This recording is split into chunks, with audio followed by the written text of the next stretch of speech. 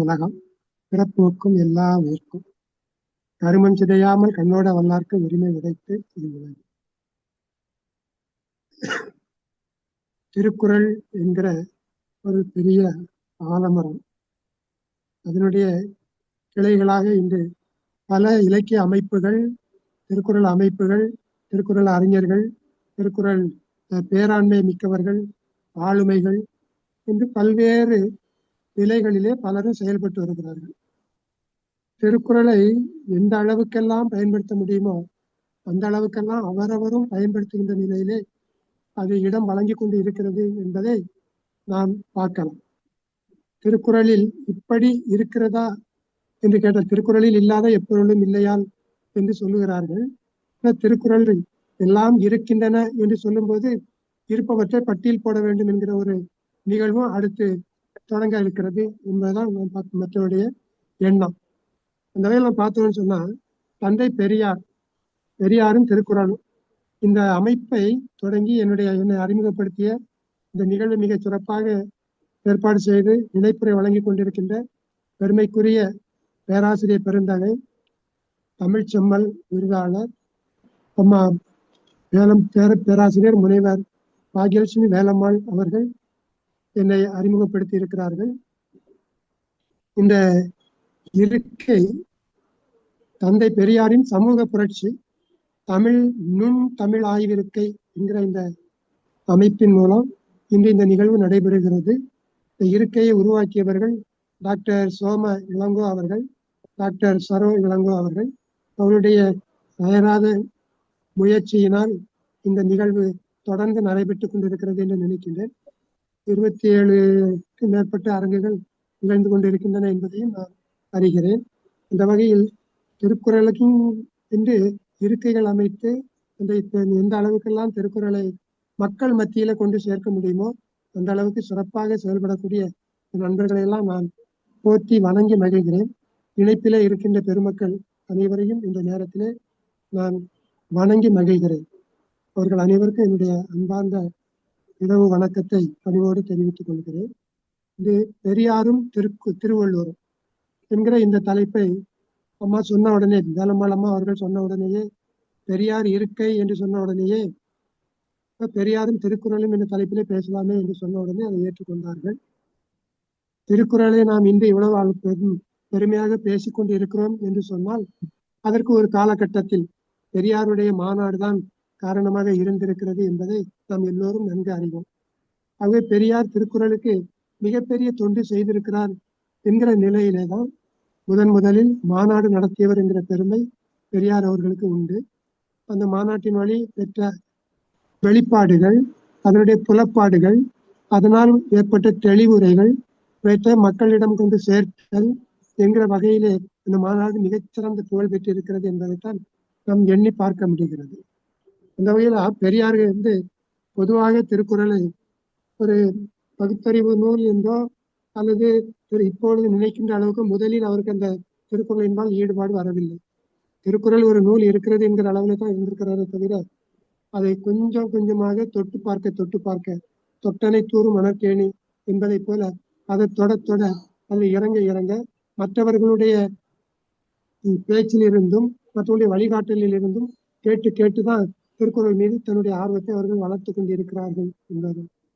பாவே மாணிக்க நாயக்கர் என்ற ஒரு பெரியவர் தான் இருவரும் உரையாடுகிற பொழுது நிறைய திருக்குறள்களை எடுத்து காட்டி பதில் சொல்லி இருக்கிறார். இவ்வளவெல்லாம் திருக்குறளில் இருக்கிறதா என்று அவரிடம் வினவி கற்றுக்கொண்ட பிறகுதான் திருக்குறளிலே மிகப்பெரிய ஒரு ஈடுபாடு பெரியார் அவர்களுக்கு ஏற்பட்டு இருக்கிறது என்பது அவருடைய வரலாற்றிலிருந்து நாம் அறிய முடிகிறது. பெரியாரை பற்றி அவருடைய தொகுப்புகள் எல்லாம் நூல்களாக வெளிவந்திருக்கின்றன. அந்த கிட்டத்தட்ட 38 தொகுப்புகள் வந்திருக்கின்றன. அவற்றில் ஒரு தொகுப்பு 37வது தொகுதி பெரியார் களஞ்சியம்ங்கிற 37வது தொகுதி முழுக்க திருக்குறள் வள்ளுவர் என்கிற அமைந்திருப்பதை பார்க்க முடியும். அவருடைய திருக்குறள் பணிகள் அனைத்தையும் தொகுத்து கொடுக்கப்பட்டிருப்பதாக அந்த தொகுதி அமைந்திருக்கிறது என்பதை நாம் பார்க்க முடியும். அந்த வகையில பெரியாருக்கு மிகச்சிறந்த வழிகாட்டியாக தமிழ் நூல்களிலே அவர்கள் பல நூல் அறிந்தவர்கள், தெரிந்தவர்கள் என்பது ஒருபுறம் இருந்தாலும் கூட பட்டத்து அரசர்கள் பேணுகின்ற முறையிலே திருக்குறளை அவர்கள் பேணவில்லை. திருக்குறளை ஒரு பாமரனுக்கு உரிய நூலாகத்தான் பார்த்து இருக்கிறார்கள் என்று நம்ம காண முடிகிறது. திருக்குறள் தெய்வீக தன்மையுடைய நூல் என்று சொல்வதையெல்லாம் முதலில் அவர்கள் ஏற்றுக்கொள்ளவில்லை. முதலும் ஏற்றுக்கொள்ளவில்லை, பின்பும் அவர்கள் ஏற்றுக்கொள்ளவில்லை. அது கூறப்பட்டுள்ள உயர்ந்த கருத்துக்களுக்காகத்தான் நாம் அதனை போற்றுகிறோம் என்று அழகாக பதிவு செய்திருக்கிறார்கள்.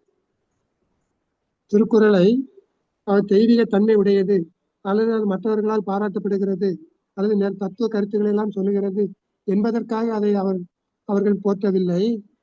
அதில் கூறப்பட்டுள்ள உயர்ந்த கருத்துக்களுக்காகத்தான் நாம் அதை போற்றுகிறோம் என்பதை நீங்கள் அனைவரும் உணர்தல் வேண்டும் என்று பதிவு செய்திருக்கிறார்கள். அப்ப திருக்குறளுடைய கருத்து அவர்களை வெகுவாக ஈர்த்திருக்கிறது. அது மனிதர்களை வாழச் செய்கின்ற நூல், வாழ்வாங்கு வாழச் செய்கின்ற நூல், வாழ்வதற்கு வழிகாட்டுகிற நூல் என்பதனால் அது பிறகுதான் அதில் அவருடைய ஈடுபாடுகள் மிகுதியாக ஏற்பட்டு இருக்கிறது என்பதை நாம் பார்க்கிறோம். பண்டைய திராவிட மக்களிடையே 2 பெரியவர்கள் இருக்கிறார்கள் என்பதை ஐயா அவர்கள் சுட்டி காட்டுகிறார்கள். ஒரு பெரியார் திருவள்ளுவர், இன்னொரு பெரியார் ஔவையார் என்று 2 பெரியார் அவர்கள் நமக்கு சுட்டி காட்டுகிறார்கள். திராவிடத்தில் இருக்கக்கூடிய 2 பெரியார்கள் யார் என்று கேட்டால், ஒருவர் திருவள்ளுவர், இன்னொருவர் ஔவை பிராட்டியார் என்று இந்த 2 பெருமக்களை தான் பெரியார் என்றவர்கள் சுட்டி காட்டுகிறார்கள். இன்னொரு இடத்துல 2 பெரியார்கள் என்று ஒரு சுட்டுவார்கள். ஒன்று கௌதம புத்தர், இன்னொருவர் திருவள்ளுவர். 2 பேரும் வைதிகத்துக்கு எதிர்த்து பகுத்தறிவு நூல் செய்தவர்கள் என்கிற கருத்திலே, அந்த கருத்துக்களை பரப்பியவர்கள் என்கிற வகையிலே அவர்கள் இருவரையும் பெரியார் என்று அவர்கள் பெரியார் ஐயா அவர்கள் ஒத்துக்கொண்டிருக்கிறார்கள், சுட்டி காட்டுகிறார்கள் என்பதை நாம் பார்க்க முடியும். சுருங்க கூறினால், புத்தர் செய்த வேலையைத்தான் திருக்குறள் செய்திருக்கிறது. புத்த தர்மமும் ஆரியத்திற்கு மாறான தர்மம் தான். அதனால்தான் அது அந்நாட்டு ஆரியர்களால் அழிக்கப்பட்டது. ஆரிய தர்மத்தை எதிர்த்து அழித்து ஒழிப்பதற்காகத்தான் திருக்குறள் பாடப்பட்டது என்று அதை ஆராய்ச்சி செய்வோர் விளக்குகிறார்கள் என்ற அந்த கருத்தை அவர்கள் பதிவு செய்திருக்கிறார்கள்.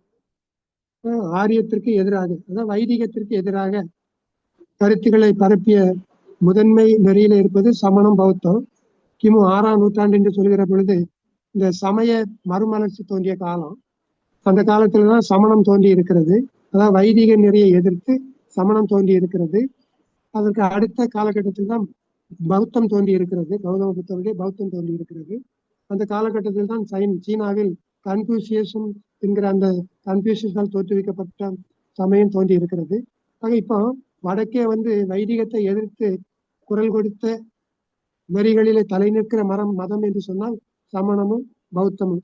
கிட்டத்தட்ட அதே காலகட்டத்தில் தான் கிமு 3ஆம் நூற்றாண்டுக்கு முன்பாகவே புத்த சமயம் தோன்றிய அதே காலகட்டத்தில் தான் தெற்கே தோன்றிய பெரியார், திருவள்ளுவர் திருக்குறளில் அந்த திராவிட கருத்துக்களை, அதாவது வாழ்வியல் கருத்துக்களை, வாழ்வாங்கு வாழ்வதற்கான வாழ்வியல் கருத்துக்களை தெற்கே தோன்றி விளக்கி இருக்கிறார் என்பதுதான் இருவருக்கும் இடையே காட்டக்கூடிய ஒப்புமையாக தெரிகிறது.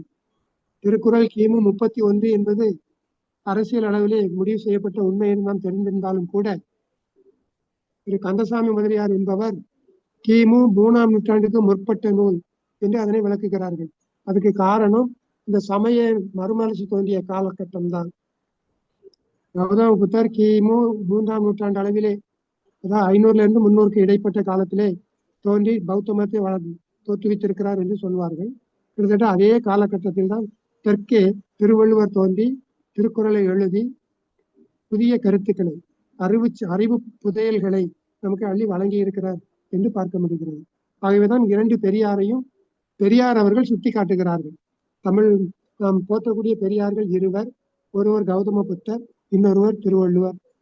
இன்னும் பார்க்கும்போது இருவரும் கிட்டத்தட்ட சமகாலத்தவர்கள் அல்லது ஒரே காலத்தில் தோன்றியவர்கள் என்கிற அந்த நிலையையும் நாம் எண்ணி பார்க்க வேண்டி இருக்கிறது.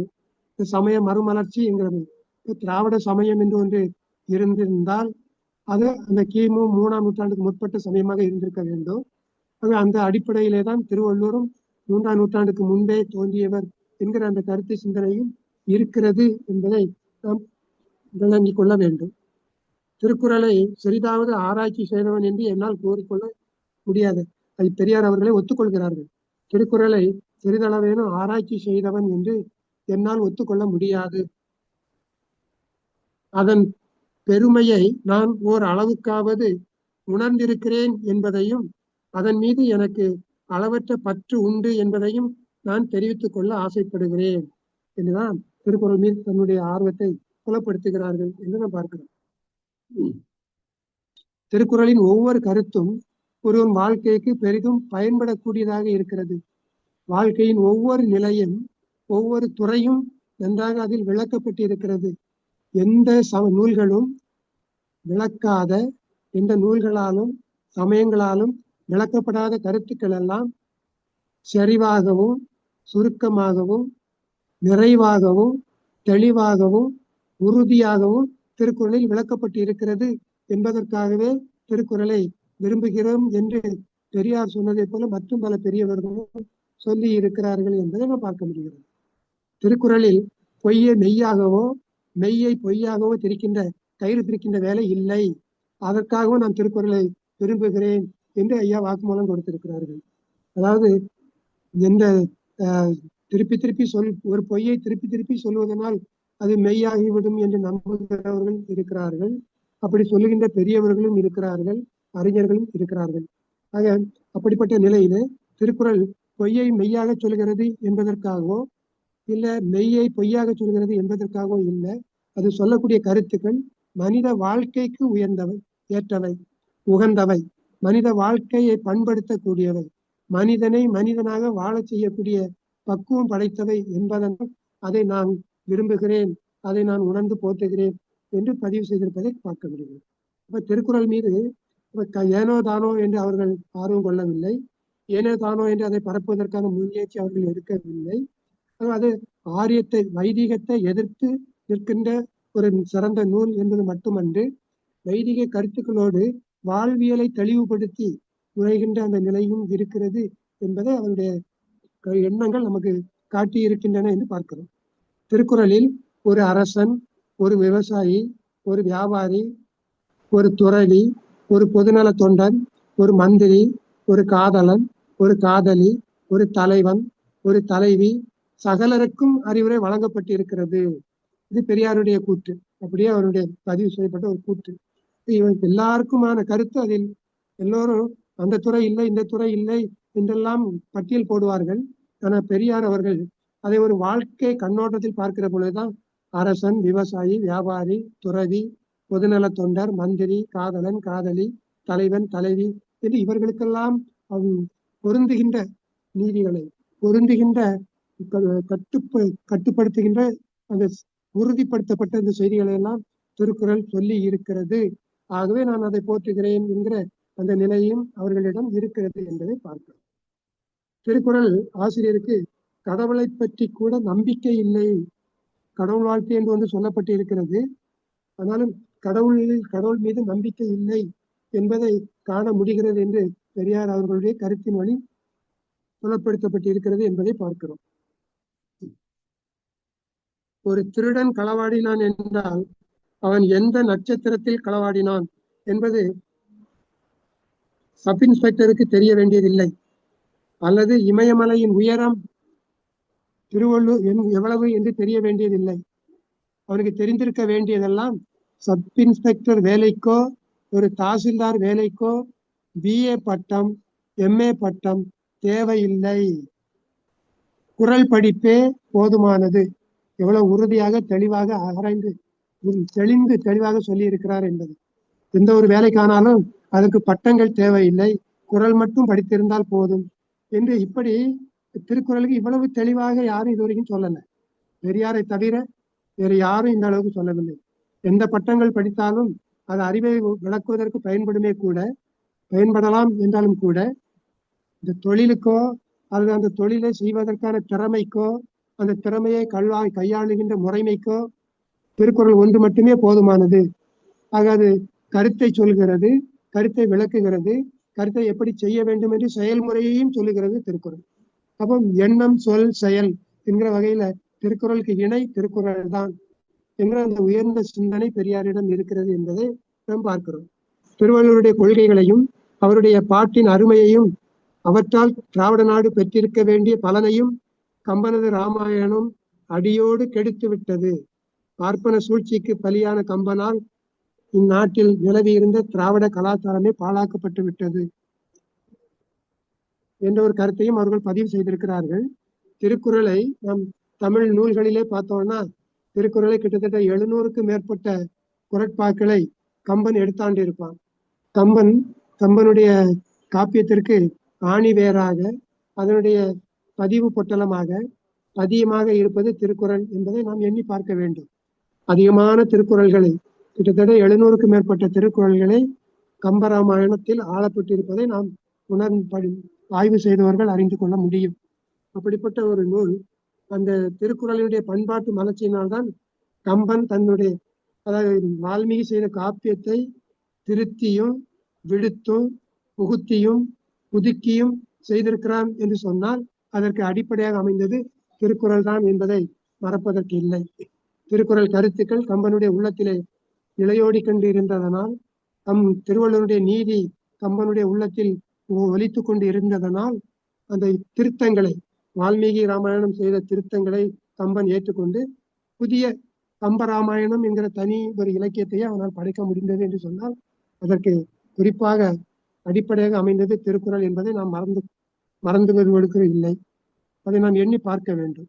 குறளை ஊன்றி படிப்பவர்கள் எல்லோரும் நிச்சயம் சுயமரியாதை சிந்தனை உடையவர்களாக இருப்பார்கள். திருக்குறளை படித்தவன் மனிதன் ஆவான், திருக்குறளை படித்தவன் மாந்தன் என்று சொல்லக்கூடிய அந்த மாதிரி திருக்குறளை படித்தவன் நிச்சயமாக சுயமரியாதை சிந்தனை. தீகாவினுடைய அடிப்படை கொள்கையே சுயமரியாதை. அந்த சுயமரியாதையை தருவது, சுயமரியாதையை கற்றுக் கொடுப்பது, சுயமரியாதையை கற்றுக்கொள்வதற்கு இடமாக இருப்பது திருக்குறள் என்று பெரியார்கள் நம்பி இருக்கிறார்கள் என்பதை நாம் பார்க்க முடிகிறது. ஒவ்வொருவனும் தான் இதுவல்ல திராவிடனே திருக்குறளனே என்று சொல்ல வேண்டும் என்று விரும்புகிறார்கள். திராவிடனே என்று சொன்னால் அவன் தான் திருக்குறளனே. திருக்குறள் தான் திராவிடம், திராவிடம் தான் திருக்குறள், திருக்குறளை படித்தவன் திராவிடன் என்று அந்த அசைக்க முடியாத நம்பிக்கை உடையவராக அவர் இருந்திருக்கிறார் என்பதை பார்க்கிறோம். அவரே சொல்லுகிறார், திராவிடனே திருக்குறளனே என்று கூறிக்கொள்வதில் பெருமையடைய வேண்டும், விபூதியையும் நாமத்தையும் விட்டொழிக்க வேண்டும், பிராணங்களை படிக்கக்கூடாது. என்ன மதம் என்று கேட்டால் குறள் மதம், மனித தர்ம மதம் என்று சொல்லி பழக வேண்டும் என்று சொல்கிறார்கள். எவ்வளவு ஆழமான ஈடுபாடும் உறுதியும் அக்கறையும் இருந்திருந்தால் இப்படியெல்லாம் சொல்ல முடியும், சொல்ல தோன்றும், அப்படி சொல்லி மக்களுக்கு எழுச்சியை ஊட்ட முடியும் என்று அவர்கள் கூற்றிலிருந்தே நாம் தெரிந்து கொள்ள முடிகிறது. என்ன மதத்தினர் என்று கேட்டால் வள்ளுவர் மதம் என்று சொல்லுங்கள். உங்கள் நெறி என்ன என்று கேட்டால் குறள் நெறி என்று சொல்லுங்கள். குறள் நெறி என்று சொல்வீராயின் உங்கள் முன் எந்த பிற்போக்குவாதியும் எப்படிப்பட்ட சூழ்ச்சிக்காரனோ முன் நிற்க கூசி ஓடிவிடுவான். குறளை எவனாலும் மறுத்து கூற முடியாது. அவ்வளவு இயற்கைக்கும் அறிவுக்கும் இயைந்ததாக இருக்கிறது அது. எனவே குறளை படியுங்கள், அதன் வழிப்படி நடவுங்கள், அதையே எங்கும் பிரச்சாரம் செய்யுங்கள். உங்களுக்கு மன தூய்மை ஏற்படும், முன்னேற்ற அறிவியல் ஆசையும் நம்பிக்கையும் ஏற்படும் என்று பிரச்சாரமே செய்திருக்கிறார் பெரியார் அவர்கள். இவ்வளவு பிரச்சாரம் யாரும் செய்ததாக எனக்கு தெரியவில்லை. திருக்குறளை படிக்கிறார்கள், கருத்துக்களை விளக்குகிறார்கள் என்று ஒருபுறம் இருந்தாலும் கூட திருக்குறளை இவ்வளவு ஆணித்தரமாக எடுத்து மக்கள் மத்தியிலே பேசி இருப்பவர் இன்னொருவர் இல்லை என்று சொல்லிவிடலாம். அழகாக சொல்லுகிறார் பாருங்கள். மீண்டும் ஒரு முறை அந்த கருத்துக்களை சொல்லுகிறேன். என்ன மதத்தினர் என்று கேட்டால் வள்ளுவர் மதம் என்று சொல்லுங்கள். உங்கள் நெறி என்ன என்றால் குறள் நெறி என்று சொல்லுங்கள். குறள் நெறி என்று சொல்வீராயின் உங்கள் முன் வந்த எந்த பிற்போக்குவாதியும் எப்படிப்பட்ட சூழ்ச்சிக்காரனும் முன்னிற்க பூசி ஓடிவிடுவான். குறளை எவனாலும் மறுத்து கூற முடியாது. அவ்வளவு இயற்கைக்கும் அறிவுக்கும் இயைந்ததாக இருக்கிறது அது. எனவே குறளை படியுங்கள், அதன் வழிப்படி நடவுங்கள், அதையே எங்கும் பிரச்சாரம் செய்யுங்கள். உங்களுக்கு மன தூய்மை ஏற்படும், முன்னேற்ற அறிவில் ஆசையும் நம்பிக்கையும் ஏற்படும் என்று இவ்வளவு உறுதித்தரமாக ஆணித்தரமாக சொல்ல முடிகிறது என்று சொன்னால் திருக்குறள் மீது பெரியாருக்கு இருந்த ஈடுபாடு, அவர் கொண்டிருந்த நம்பிக்கை, இவையெல்லாம் நம்ம எண்ணி பார்க்க வைக்கும். வியப்பாக இருக்கிறது. பெரியார் இப்படியெல்லாம் திருக்குறளை படித்திருக்கிறாரா இன்னும் தெரியாது, மக்களுக்கு எல்லாம் தெரியல. இந்த நிலை இன்னும் மக்களிடம் சென்று பரவவில்லை. அவர் ஒரு மாநாடு நடத்தினார் என்றுதான் எல்லாரும் சொல்லிக் கொண்டிருக்கிறோமே தவிர அவருக்கு மீது திருக்குறள் மீது அவர் கொண்டிருந்த அந்த ஈடுபாட்டை இன்னும் யாரும் சரியான முறையிலே விளக்கவில்லை, எடுத்து செல்லவில்லை என்பதைதான் நாம் பார்க்க முடிகிறது. அப்படி பல இடங்களில் திருக்குறளை அவர்கள் சான்று காட்டுவதை காணலாம். திருவள்ளுவர் காலம் பொது உடைமை காலமோ சமதர்ம காலமோ அல்ல. ஆனால் வள்ளுவர் சிறந்த பொது உடைமைக்காரராகவே விளங்குகிறார். அதனால்தான் நம் போற்றலுக்கு ஆளாகிறார் என்னும் பதிவு செய்திருக்கிறார். திருக்குறளை ஏன் போற்றுகிறீர்கள் என்று கேட்கிற பொழுது அவர் எந்த சமதர்மவாதியாகவோ அல்லது பொது உடைமைவாதியாகவோ இல்லை. வள்ளுவர் சிறந்த பொது உடைமைக்காரராகவே விளங்குகிறார். அதனால்தான் நம் போற்றலுக்கு ஆளாகிறார், நாம் அவரை போற்றுகிறேன் என்று கூட அவர் பதில் சொல்லி இருக்கிறார் என்பதையும் நாம் எண்ணி பார்க்க முடிகிறது. அது மாதிரி உரையாசிரியர்களை அவர் ஒத்து வைக்கவில்லை. பெரியார் பல குரட்பாக்களுக்கு விளக்கம் சொல்லி இருக்கிறார்கள். அதை நாம் அவருடைய அந்த உரையிலிருந்து நாம் பார்க்க முடியும். தனியாக உரை என்று எழுதாவிட்டாலும் கூட மிகச்சிறந்த தெளிவுரைகளை அவர்கள் பல குரட்பாக்களுக்கு தந்திருக்கிறார்கள். அவை தொகுத்து பெரியார் உரை என்று கூட வெளியிடலாம் என்கிற ஒரு கருத்து கூட நிலவுகிறது. அந்த வகையிலே குறளுக்கு இதுவரை உரைகள் கண்ட உரைகள் பல அவரவர்கள் கருத்துக்கு ஏற்ப கண்டவைகளாக இருக்கின்றன.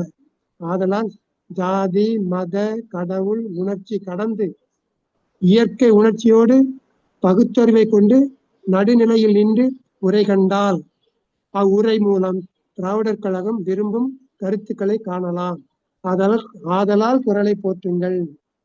அதாவது எந்த ஒரு கட்டுக்கும் அகப்படாமல் இதுவரைக்கும் வந்த உரைகள் எல்லாம் ஜாதிக்கு உட்பட்டு, சமயத்துக்கு உட்பட்டு, இனத்துக்கு உட்பட்டு, தர்மத்திற்கு நாட்டுக்குள் மொழிக்கு உட்பட்டு தான் உரைகளை கண்டிருக்கிறார்கள்.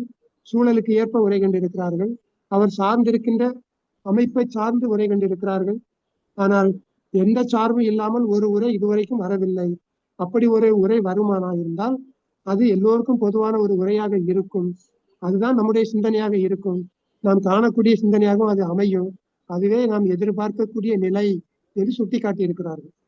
அந்த நிலையில்தான் இன்று உலக திருக்குறள் மையம் திரு மோகன்ராஜ் ஐயா அவர்கள் செம்பதிப்பு குழு என்ற ஒரு குழுவை அமைத்து உலக நாடுகளில் இருந்து 30 ஆய்வு பேரறிஞர்களை கொண்டு செம்பதிப்பு உரை காணும் முயற்சியில் ஓராண்டு ஒரு சுற்று நிறைவு செய்து இப்பொழுது 2வது சுற்றில் அவர்கள் அடியெடுத்து செல்கிறார்கள். அது எந்த சமயத்தையோ எந்த ஜாதியையோ எந்த சூழ்நிலையோ எந்த மொழியையும் சாராமல் எந்த அறத்தையும் சாராமல் சொல்லுக்கு சொல் பொருள் என்கிற முறையில குறளினுடைய போக்கில் குறள் காலத்தில் சொல்லுக்கு வழங்கிய பொருள் அடிப்படையில் குறளை தூக்கி நிறுத்தக்கூடிய அளவிலே அதற்கு உரை காணுகின்ற முயற்சியிலே ஒரு சுற்று நிறைவடைந்திருக்கிறது. 2வது சுற்று இப்பொழுது விலகி கொண்டு இருக்கிறது என்பதை இந்த நேரத்திலே நான் சுட்டிக்காட்ட விரும்புகிறேன். அப்படி ஒரு உரை வருகிற பொழுது எந்த சார்பும் இல்லாமல் தூய்மையான தமிழ் மொழியை போற்றக்கூடிய திருவள்ளுவர் காண விளைந்த அவருடைய உள்ள போக்கை சுட்டுவதாக அமையும் என்பதையும் நாம் சுட்டி பார்க்கலாம். ஒரு பெரிய மாளிகை கடை இருந்தால் அதில் போய் நாம் எல்லாவற்றையும் அப்படியே வாங்கிக் கொள்ள வேண்டும் என்று பொருள் இல்லை. நமக்கு என்ன பொருள் தேவையோ அதை மட்டும் நாம் வாங்கிக் கொள்ளலாம் என்பதுதான். ஆக அந்த மளிகை கடையில போய் நமக்கு எந்த பொருள் தேவையோ அந்த பொருளை மட்டுமே நாம் வாங்கிக் கொள்ள முடியும், வாங்கிக் கொள்ள வேண்டும் என்கிற அந்த கருத்து சிந்தனையோடு திருக்குறளை அணுக வேண்டும் என்றும் பெரியார் அவர்கள் வழிகாட்டி இருக்கிறார்கள். குறளுக்குள் கடவுள் மதம் ஜாதி மோட்சம் முன்ஜென்மம் என்பவை போன்ற சொற்கள் இல்லவே இல்லை என்பதை ஆணித்தரமாக அடித்து சொல்கிறார்கள். திராவிடர்களுக்கு நீதி நூல் ஒன்று. திராவிடர்கள் ஒரே ஒரு நீதி நூல் தான் உண்டு, அது திருக்குறளை தவிர வேறு இல்லை என்பதாக உறுதி கொண்டு அதை நாம் பின்பற்ற வேண்டும் என்று மற்ற சில நூல்களையும் அவர்கள் சொல்லி இருக்கிறார்கள். அதையெல்லாம் அதாவது மற்ற நூல்களை ஒதுக்கும்படி சொல்லி இருக்கிறார்கள். அதை நான் இங்கே சொல்ல விரும்பவில்லை. நம் திருக்குறள் மீது உள்ள பற்றுகளை மட்டுமே சொல்ல விரும்புவதனால் இப்படி அந்த பெரியாருடைய சிந்தனையை நாம் சீர்தூக்கி பார்க்க முடிகிறது. குறள் எப்படி மனு நீதிக்கு மறுப்பு நூல், குறள் எப்படி ஆரியத்திற்கு எதிர்ப்பு நூல், குறள் எப்படி பார்ப்பினியத்துக்கு சாவுமணி அடிக்கும் நூல் என்றெல்லாம் பல கருத்துக்களை அவர்கள் ஆங்காங்கே விளக்கி இருக்கிறார்கள். ஆனால் இப்பொழுது விளக்கவில்லை, அதற்கான நேரமும் இல்லை, விளக்கவில்லை. குறளுக்கு சாற்று கவி தந்த சங்க புலவர்கள் பலர். அவர்கள் பல கருத்துக்களை எடுத்து சுட்டி இருக்கிறார்கள் என்பதையும், சில கருத்துக்களை கொஞ்சம் கடுமையாக அவர்கள் விமர்சித்து இருக்கிறார்கள் என்பதையும் பார்க்கலாம். குறள் பாடிய வள்ளுவனாரையும், எங்கோ நள்ளிரவில் ஒரு சத்திரத்தில் ஒரு புலைச்சிக்கும் ஒரு பார்ப்பனுக்கும் இந்த பிறந்தான் என்பதை போன்ற கதைகள் எல்லாம் இருக்கின்றன. அந்த கதைகள் எல்லாம் நம்பத்தக்க கதைகள் இல்லை. அந்த கதைகள் எல்லாம் நம்முடைய கருத்துக்கு அப்பாற்பட்டவை, நம்முடைய சிந்தனைக்கு அப்பாற்பட்டவை, தெளிவற்றவை. அவர்களை நாம் ஒதுக்கிவிட்டு திருவள்ளுவருடைய கருத்தை நாம் காண வேண்டும், அந்த கருத்துக்குள் நாம் செல்ல வேண்டும், அந்த நெறியோடு நின்று ஒழுக வேண்டும் என்றெல்லாம் அவர்கள் சுட்டிக்காட்டி இருக்கிறார்கள் என்பதை பார்க்க முடிகிறது. இன்னொன்னா பெரியார் அவர்கள் திருக்குறளை சுமந்து கொண்டு மூட்டை மூட்டையாக சுமந்து கொண்டு ஆங்காங்கே விற்பனை செய்தார் என்ற ஒரு வரலாற்று செய்தி கூட இருக்கிறது. திருக்குறளை மூட்டைகளாக கட்டி கொண்டு 3 அணாவுக்கு இந்த திருக்குறளை அவர்கள் விற்றிருக்கிறார்கள். ஒரு புத்தகம் 3 அணா என்கிற வகையில அவர்களே சொல்கிறார்கள், 100 ரூபாய்க்கும் 200 ரூபாய்க்கும் டெக்ஸ்ட் புத்தகங்கள் வாங்கி படித்து மடையர்கள் ஆவதை விட 3 அணாவுக்கு திருக்குறள் வாங்கி படித்து அறிவாளி ஆவது மேல் என்றுதான் நான் கூறுகிறேன் என்று சாட்சியமே அளிக்கிறார்கள். 3 அணாவுக்கு ஒரு திருக்குறள் நூல் வாங்கி படித்தால் போதும், 200 ரூபாய் 300 ரூபாய் கொடுத்து பெரிய பெரிய புத்தகங்கள் எல்லாம் வாங்கி படிக்க வேண்டாம். 3 அணா கொடுத்து ஒரு திருக்குறள் புத்தகத்தை வாங்கி படித்தால் எல்லாவற்றையும் கற்றுக்கொள்ளலாம் என்று அவர்களே கட்டியம் கூறுகிறார்கள். ஒரு தாசில்தார், ஒரு மஜிஸ்ட்ரேட்டு, ஒரு நீதிபதி, ஒரு சப் இன்ஸ்பெக்டர் இவர்களுக்கு கூட திருக்குறள் ஒன்றே போதும். நமது வேலையை சரியாக செய்ய, அவர்களை உத்தியோகத்திற்கு தேர்ந்தெடுக்க பரீட்சை வைக்கும் போது கூட திருக்குறளில் இருந்துதான் கேள்விகள் கேட்கப்பட வேண்டும். திருக்குறளை நன்கு உணர்ந்திருந்தால் போதும் என்று அவர்களுக்கு உத்தியோகம் வழங்க வேண்டும். அவர்கள் உத்தியோகத்திற்கு அவர்கள் படிக்கும் பூகோள சாஸ்திரமோ வான சாஸ்திரமோ திரிகணிதமோ சரித்திரமோ பயன்படுவதில்லை. மாறாக திருக்குறள் ஒன்றுதான் அவர்களுக்கு வழிகாட்டும், அது அவர்களுக்கு பயன்படும் என்று எந்த தொழில் எந்த படிப்பாக இருந்தாலும் சரி திருக்குறளை முதன்மைப்படுத்த சொல்கிறார்கள். திருக்குறளை முதன்மைப்படுத்துவது மட்டுமல்ல, அப்படி படிக்கிறவர்களுக்குத்தான் வேலை என்கிற சிந்தனை அப்போதே பெரியார் அவர்கள் சொல்லி இருக்கிறார்கள். இப்போது திருக்குறள்ல பட்டம் பெற்றவங்களுக்கு முன்னுரிமை வழங்க வேண்டும் என்று கருத்து இப்பொழுது எழுந்திருக்கிறது. பெரியார் அன்றைக்கே அதை 48 சொல்லி இருக்கிறார்கள். 1948 இந்த கருத்தை விடுதலையில் அவர்கள் எழுதியிருக்கிறார்கள். BA பட்டம் MA பட்டம் பெற வேண்டும் என்பதெல்லாம் அந்த தகுதியின் காரணமாக சகல உத்தியோகங்களையும் தாமே அடைய பார்ப்பனர் செய்து கொண்ட சூழ்ச்சிதான் என்று என்னால் அறுதியிட்டு கூற முடியும். பார்ப்பனர் தகுதி திறமை என்று கூறுவதெல்லாம் உருப்போட்டு ஒப்புவிக்கும் திறனைத்தானே ஒழிய செயலாற்றும் திறனை அல்ல என்பதை நீங்கள் உணர வேண்டும். ஆக அனைவருக்கும் திருக்குறளை படித்து அறிவுள்ள மக்களாகி இன்புற்று வாழ வேண்டும் என்று அதே விடுதலை பத்திரிகையில பதிவு செய்திருக்கிறார்கள். திருக்குறளுக்கு இவ்வளவு பெரிய ஒரு விளம்பரம் தேடி அதை இவ்வளவு பெரிய ஒரு நிலையில நின்று விளக்குகின்ற அற்புதமான ஆற்றலை நாம் பார்க்க முடிகிறது. அது மட்டும் இல்ல, இன்னும் பல திருக்குறளுக்கு மாநாடு நடத்தி இருக்கிறார்கள். 3 மாநாடுகள் நடத்தி இருப்பதாக அறிகிறோம். பிராட்வேயில முதல்ல 1949 ஜனவரி 15, 16 ஆகிய 2 நாட்களிலே மாநாடுகள் நடத்தி இருக்கிறார்கள். அதன் வழியாக தான் திருக்குறள் மிக பரவலாக பெரிய அளவிலே வெளி உலகத்துக்கு தெரிய வந்தது என்பதை நாம் அறியலாம். அதற்கு முன்பாக மயிலேலே ஒரு மாநாடு நடைபெற்றிருக்கிறது. 14/3/48 1948 ஒரு மாநாடு நடைபெற்றிருக்கிறது. அந்த மாநாட்டிலே முதல்ல திருக்குறளுடைய கருத்துக்களை தெளிவுபடுத்தி விளக்கி இருக்கிறார்கள். அதற்கடுத்து 2வது மாநாடு தான் பிராட்வேயில் அவர்கள் பெரியார் நடத்தியதாக சொல்லக்கூடிய மாநாடு. ஜனவரி 15 மற்றும் 16 ஆகிய 2 நாட்களிலே இந்த மாநாடு நடத்தி இருக்கிறார்கள். அதற்கு அடுத்து 3வது ஒரு மாநாடு விருதுநகரிலே 3/4/1949 3வது மாநாடு நடத்தி இருக்கிறார்கள். இப்படி 3 மாநாடுகள் திருக்குறளுக்காக அவர்கள் நடத்தி இருக்கிறார்கள். யாரும் செய்யாத ஒரு மிகப்பெரிய ஒரு சாதனை என்பதை நாம் பார்க்கிறோம். இந்த விருதுநகர் மாநாட்டில தான் தீர்மானங்கள் போடுறாங்க. என்ன தீர்மானம்னா, இப்பொழுதுள்ள கல்வி திட்டத்தில் முதல் உயர்நிலை வகுப்பு தொடங்கி இளங்கலைஞர் வகுப்பு முடிய திருக்குறள் முழுவதும் படித்து முடிக்கும் வகையில் படிப்படியாக பாடத்திட்டம் வகுக்குமாறும், அதற்கென தனி வினாத்தாள் ஏற்படுத்துமாறும் கல்வித்துறை அதிகாரிகளையும் பல்கலைக்கழகங்களையும் இம்மாநாடு கேட்டுக்கொள்கிறது. இது பாடத்திட்டமே திருக்குறள் அடிப்படையில் தான் அமைக்கப்பட வேண்டும் என்று அப்பொழுதே பெரியார் 48 தீர்மானம் நிறைவேற்றி இருக்கிறார் என்பதை பார்க்கிறோம். மற்ற இன்னொரு தீர்மானம், ஆட்சி மன்றங்களில் உறுப்பினராக வருவோருக்கும் கல்விக்கூடங்களிலும் கல்லூரிகளிலும் தலைவராக வருவோருக்கு உரிய தகுதிகளில் திருக்குறள் புலமையும் ஒன்றாக வரையறுக்கப்பட வேண்டும் என்ற கருத்தை முன்வைத்திருக்கிறார்கள். அடுத்து, திருவள்ளுவர் விழாவுக்கு என ஒரு நாளை குறிப்பிட்டு அரசு விடுமுறை நாளாக்கி அதை நாடெங்கும் கொண்டாடுமாறு ஏற்பாடுகளை செய்ய வேண்டும் என்று அரசாங்கத்தாரை கேட்டுக்கொள்கிறது. திருவள்ளுவர் திருநாள் கொண்டாடனை ஒரு நாள் விடுமுறை விடுத்து திருவள்ளுவர் விழா கொண்டாட வேண்டும் என்ற அந்த கோரிக்கை வைக்கப்பட்டு இருக்கிறது. திருக்குறள் பற்றிய விழாக்கள், மாநாடுகள் முதலியவற்றின் நிகழ்ச்சிகளை அறிவிக்குமாறும் ஒலிபரப்புமாறும் திருச்சி வானொலி நிலையத்தாரை கேட்டுக்கொள்கிறது. ஏன்னா அப்ப திருச்சி வானொலி நிலையம் மட்டும்தான் இருந்தது. அதனால் அந்த வானொலி நிலையத்தை கேட்டுக்கொள்கிறது என்று விருதுநகரில் நடைபெற்ற மாநாட்டில் தீர்மானங்கள் நிறைவேற்றப்பட்டு இருக்கின்றன என்பதை நாம் பார்க்கிறோம். இந்த செய்தி 5/4/1949 விடுதலை இதழிலே பதிவு செய்யப்பட்டிருக்கிறது என்பதையும் நாம் பார்க்க முடிகிறது. அவர்களே ஒரு வேண்டுகோள் வைத்திருக்கிறார்கள். திருவள்ளுவர் திருவிழா கொண்டாட வேண்டும் என்று முடிவு செய்திருக்கிறார்கள். முடிவு செய்து விட்டார்கள். அந்த தீர்மானம் நிறைவேற்றி இருக்கிறார்கள். அந்த நாள் எந்த நாளாக இருக்க வேண்டும் என்பதற்கும் ஒரு கருத்தை அவர்கள் வைத்திருக்கிறார்கள். ஏப்ரல் மாதம் 12ஆம் தேதியை குறள் நாளாக கொண்டாடுங்கள் என்று வேண்டிக் கொள்கிறேன் என்று அவர்கள் வேண்டுகோளும் வைத்திருக்கிறார்கள். ஏப்ரல் மாதம் 12ஆம் தேதியை திருக்குறள் நாளாக கொண்டாடுங்கள் என்பதை அத்தாழ்மையுடன் கேட்டுக்கொள்கிறேன் என்று அவர்கள் வேண்டுகோள் கூட வைத்திருக்கிறார்கள். ஏப்ரல் 12 என்பதற்கான காரணம் என்னன்னு தெரியல. அன்னைக்கு முழு நிலவு நாள்.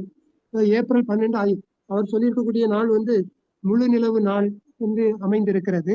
ஆக அந்த முழு நிலவு நாள் ஆகிய ஏப்ரல் 12ஆம் தேதி திருக்குறள் நாள் என கொண்டாட வேண்டும் என்று வேண்டுகோளையும் அவர்கள் வைத்திருக்கிறார்கள் என்பதை நாம் பார்க்கிறோம். இப்படி பல சிந்தனைகளை அவர்கள் முன்வைத்திருக்கிறார்கள் என்பதை எண்ணி பார்க்க வேண்டும். குறள் பற்றி பெரியார் அவருடைய கருத்து என்னன்னு கேட்டா, அழகாக ஒரு சிந்தனை அவர்கள் சொல்கிறார்கள். சுயமரியாதைக்காரர்களாகிய இயக்கத்தை சார்ந்தவர்களும் மற்ற திராவிட உணர்ச்சி உள்ள நண்பர்களும் சிறிது காலமாக குறளை பற்றி மக்களிடையே தீவிர பிரச்சாரம் செய்து வருவது குறித்து சிலருக்கு ஆச்சரியமாக கூடும். ஏனெனில் பொதுவாக இன்று நம் மதவாதிகளால், சைவ வைணவர்களால் எது எது நீதி நூல், நெறிநூல், தெய்வ நூல், ஞான நூல் என்று கூறப்பட்டு வருகின்றனவோ அவைகளை நாங்கள் பெரிதும் வெறுப்பவர்கள் என்பது மட்டுமல்லாமல் குறிப்பாக சில நூல்களை சொல்லியிருக்கிறார்கள். அடியோடு விட்டு மக்கள் நல்வழியும் நல்லொழுக்கமும் மான உணர்ச்சியும் பகுத்தறிவும் ஏற்பட்டு வாழ வேண்டும் என்று சொன்னால் திருக்குறளை படிக்க வேண்டும், திருக்குறளை தான் கற்க வேண்டும் என்று கோடிட்டு காட்டுகிறார்கள். எல்லா நீதி நூல்களையும் ஒழிக்கும் நாத்திகர்கள் என்று எங்களை கூறி வந்தவர்களுக்கு சற்றும் வியப்பும் திகைப்பும் ஏற்படத்தான் செய்யும்.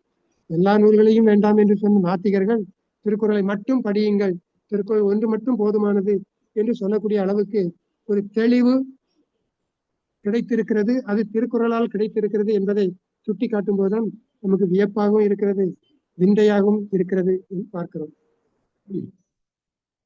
பிறவி குணங்களில் சிலவற்றை திருத்தலாம், ஆனால் பெரும்பாலானவற்றை திருத்த முடியாது. அவற்றைத்தான் ஊழ் என்றும் ஊழ் முந்துரும் என்றும் வள்ளுவர் குறிப்பிட்டிருக்கிறார்.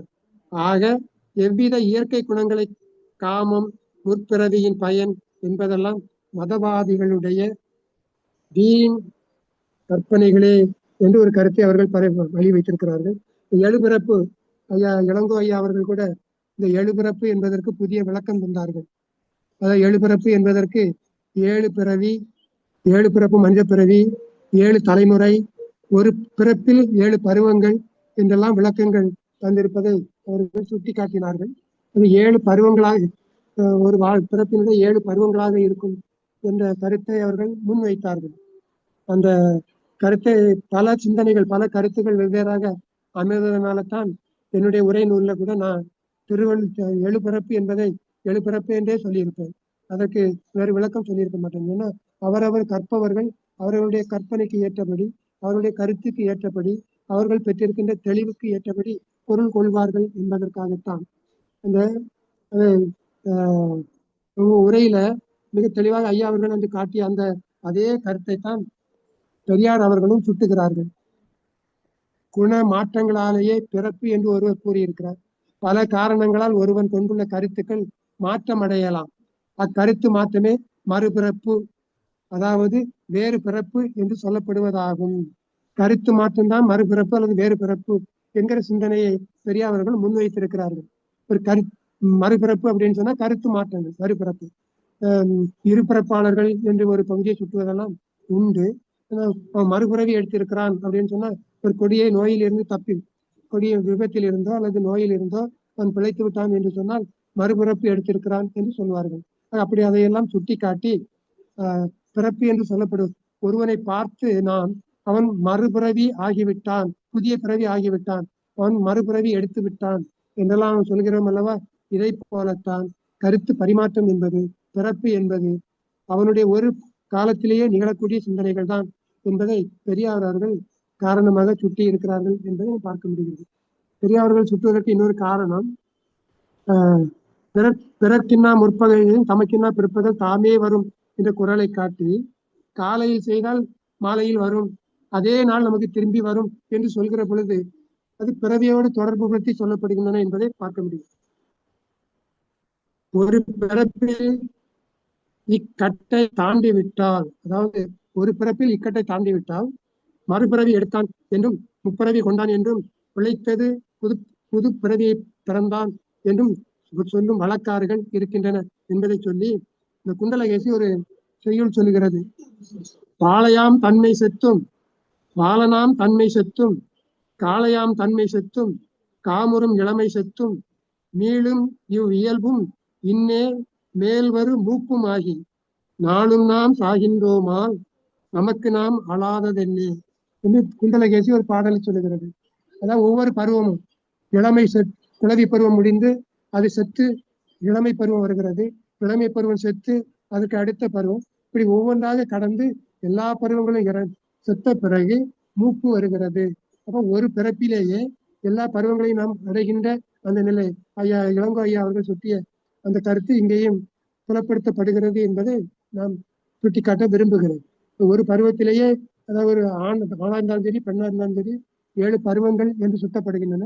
அந்த பருவங்களின் அடிப்படையில் இந்த கருத்துக்கள் சொல்லப்படுகின்றன என்பதை பெரியாரும் ஒத்துக்கொண்டிருக்கிறார்.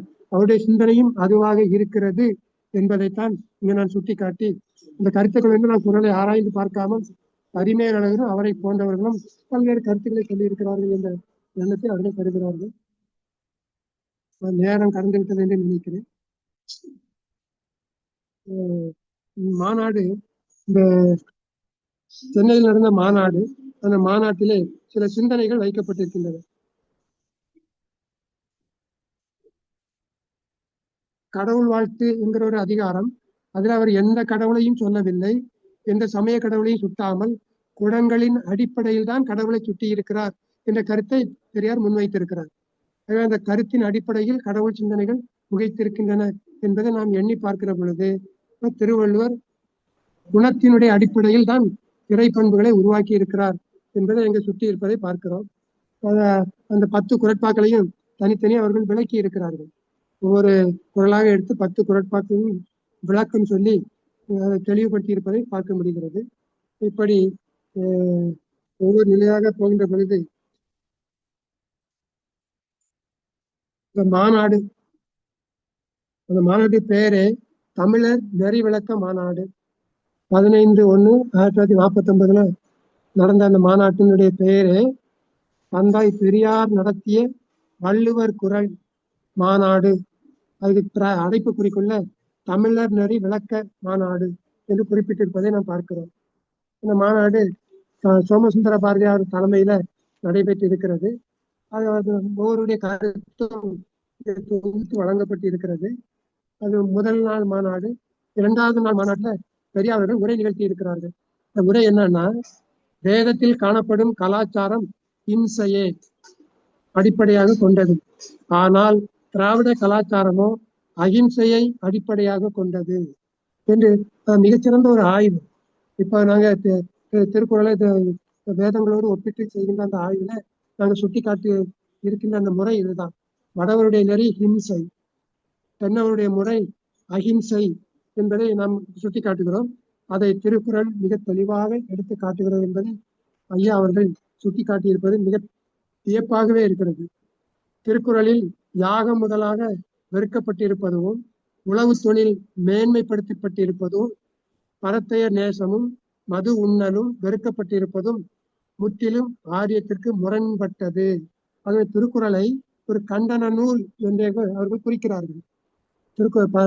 ஆரியர்களுடைய கொள்கைகளுக்கு எதிராக அவருடைய கொள்கைகளை கண்டனம் செய்வதாக திருக்குறள் இருக்கிறது. ஆகவே திருக்குறளுக்கு கண்டன நூல் என்ற பெயரையும் அவர்கள் சூட்டி இருக்கிறார்கள் என்பதை பார்க்கிறோம்.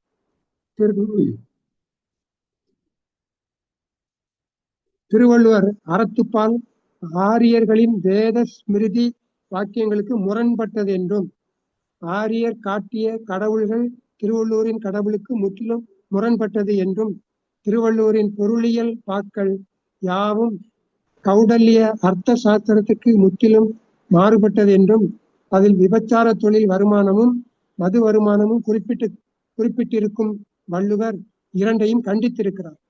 கௌடில்யருடைய அர்த்த சாஸ்திரத்துல விபச்சாரத்துறை தனியாக ஒரு துறையாகவே விளக்கப்பட்டிருக்கும். விபச்சாரம் என்பது அனுமதிக்கப்பட்ட ஒரு தொழிலாக இருந்திருக்கிறது. அதுல இருந்து வரி, அந்த தொழில் நடத்துகிறவர்கள் மீது வரி விதிக்கப்படும். அந்த வரியை விதிப்பது, அந்த வரியை சேமிப்பதற்காக, வசூலிப்பதற்காக ஒரு துறை இருந்தது.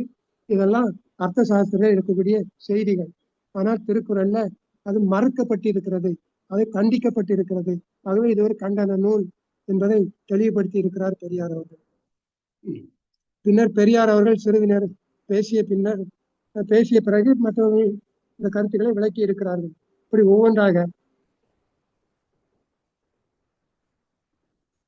ஒவ்வொரு கருத்தாக பல கருத்துக்களை, பல சிந்தனைகளை விளக்கி இருப்பதை பார்க்கிறோம். தம்முடைய கருத்துக்கள் காணப்படுவதால் தானே ஒழிய வள்ளுவரால் கூறப்பட்டது என்பதற்காகவோ அல்லது அதில் கூறப்பட்டுள்ளது யாவுமே பகுத்தறிவுக்கு ஏற்றது என்ற கருத்தினாலோ அல்ல. முன்னேற்றத்திற்கு, நம்முடைய மனித வாழ்வின் முன்னேற்றத்திற்கு ஒவ்வாதன இருப்பின் அவற்றை விளக்க நாம் எப்போதும் தயங்க போவதில்லை என்றும் தெரிவித்திருக்கிறார். இன்னொரு கருத்து கூட சொல்லி இருக்கிறார்கள். திருக்குறளில் ஒரு 75 - 80 விழுக்காடுகள் தான் ஏற்றுக்கொள்ளக்கூடிய நிலையில் இருக்கின்றன. ஒரு 20-25 விழுக்காடுகள் நம்முடைய கொள்கைக்கு பொருந்தாத சில சிந்தனைகள் இருக்கின்றன என்ற கருத்தையும் வெளிப்படையாக அவர்கள் தெரிவித்திருக்கிறார்கள். ஒளிவு மறைவு இல்லாம வேண்டியன வேண்டாதன, நாம் விரும்புவன விரும்பாதன, நமக்கு பொருந்துவன பொருந்தாதன என்று இப்படி ஒவ்வொன்றாக அடிக்கோடிட்டு சொல்லியிருப்பதெல்லாம் நான் பார்க்க முடிகிறது. அப்படித்தான் பல சிந்தனைகளை நாம் இங்கு தொட்டு காட்ட முடிகிறது. கடவுள் வாழ்த்தில் என்ன கூறப்பட்டுள்ளது என்று எடுத்து கூறுமுகத்தான் வள்ளுவர் எங்கும் உருவக் கடவுளை பற்றி குறிக்கவே இல்லை என்றும், அவர் கடவுள் வாழ்த்து என்ற அதிகாரத்தில் மனிதன் இன்னென்ன உயர்வான குணங்களை பெறுதல் வேண்டும் என்று மட்டுமே சொல்லி இருக்கிறார். மனிதன் இன்னென்ன குணங்களை பெற வேண்டும் என்று மட்டும்தான் சொல்லி இருக்கிறார் என்ற அந்த தெளிவை நமக்கு விதைத்திருக்கிறார்கள். அது மட்டுமல்ல, திருக்குறளில் கூறப்பட்டிருப்பது கடவுள் வாழ்த்து என்பதை விட அது மனித தெய்வ வாழ்த்து, மனிதனுடைய மேம்பட்ட நிலையினுடைய வாழ்த்தாக அமைகிறது என்பதையும் அவர்கள் சுட்டிக்காட்ட தவறவில்லை. அது மாதிரி இந்த பெண்களை பற்றி திருக்குறள் பெண் உரிமையை பற்றி பேசுகிறது. பெண் உரிமையை பற்றி பல சிந்தனைகளை பெரியார் தன்னுடைய பொலிவுகளுடைய அவர்கள் தெளிவுபடுத்தி இருக்கிறார்கள். பெண்களுக்கு சம உரிமை. ஒரே ஒரு சிந்தனை என்னன்னு சொன்னா, கொழுநர் தொழுதெழுவாள் பெய்யன பெய்யும் மழை, தெய்வம் தொழால் கொழுநர் தொழுதெழுவாள் பெய்யன பெய்யும் மழை என்று பெண்கள் தொழுது எழ வேண்டும் என்று சொன்னால், பெண்கள் கணவனை தொழுது எழ வேண்டும் என்று சொன்னால், ஆண்கள் மனைவியை தொழுது எழ வேண்டும் என்பதனை சமன்மை. அப்படி சொல்லப்படவில்லையே என்கிற அந்த சிந்தனையை நம்முடைய தெளிவுக்கு கொண்டு வருகிறார். அப்படிப்பட்ட சில சிந்தனைகளை அவர்கள் சுட்டி காட்டுவதை நாம் தெரிந்து கொள்ள வேண்டிய கட்டாயமான சிந்தனைகள் என்பதை நான் நினைத்து பார்க்க வேண்டும். இப்படி பல நிலைகளில் பல்வேறு சூழல்களில் திருக்குறளை முதலாக மாநாடு நடத்தியவர்கள் என்கிற வகையில் மட்டுமல்ல, திருக்குறளை முதலில் 3 நாவுக்கு பதிப்பித்து அதை கொண்டு பரப்பியவர்கள் என்பது மட்டுமல்ல, சுயமரியாதை சிந்தனை மலிந்து கிடக்கிறது என்பதற்காக மட்டுமல்ல, மனிதனை மனிதனாக வாழச் செய்கிற அந்த கொள்கைக்காக மட்டுமல்ல, திருக்குறள் ஒன்றுதான் மனிதனை தெய்வமாக்கக்கூடிய உயர்ந்த நிலை. அவன் எந்த தெய்வத்தை சொன்னாலும் சரி, அந்த தெய்வ நிலைக்கு உயர்த்தக்கூடியது. அது தெய்வ நிலை என்று சொன்னாலும் சரி, கடவுள் நிலை என்று சொன்னாலும் சரி, அறிவு நிலை என்று சொன்னாலும் சரி, ஆய்வு நிலை என்று சொன்னாலும் சரி, எந்த நிலையில் அவன் சொன்னாலும் சரி, அந்த நிலைக்கு எடுத்து செல்வதற்குரிய கருத்துக்களை திருக்குறள் தான் முழுமையாக சுட்டுகிறது என்கிற தெளிவான சிந்தனையை பெரியார் அவர்களுடைய திருக்குறள் பணியிலிருந்து நாம் அறிந்து கொள்ள முடிகிறது என்று சொல்லி, திருக்குறளை நாம் இன்னும் அதிகமாக கற்றுக்கொள்ள வேண்டிய நிலை இருக்கிறது. பெரியாருடைய சிந்தனை வழியே இன்னும் நிறைய கற்க வேண்டி இருக்கிறது. அதை நாம் முழுதுமாக கற்று தெளிவு பெற வேண்டும் என்று சொல்லி, இணைப்பில் இணைந்திருக்கின்ற திருக்குறள் சான்றோர் பெருமக்கள் அனைவருக்கும் என்னுடைய அன்பான வணக்கத்தையும் நன்றியையும் தெரிவித்துக் கொள்கிறேன். என்னுடைய உரையை கேட்டு மகிழ்ந்து கொண்டிருக்கின்ற திருக்குறள் சான்றோர் பெருமக்கள் ஒவ்வொருவரையும் நான் பெயர் சொல்லி அழைப்பதற்கான சூழல் இல்லை. அனைவருக்கும் என்னுடைய வணக்கங்களையும் வாழ்த்துக்களையும் நன்றிகளையும் தெரிவித்து நிறைவு செய்கிறேன். குறிப்பாக என்னை இந்த பணியில் எனக்கு இந்த பணியை வழங்கி என்னை ஆற்றுப்படுத்திய நம்ம பேராசிரியர் முனைவர் பாக்கியலட்சுமி வேலம்மாள் அவர்களுக்கு தனிப்பட்ட நன்றியையும் தெரிவித்து நிறைவு செய்கிறேன். நன்றி, வணக்கம்.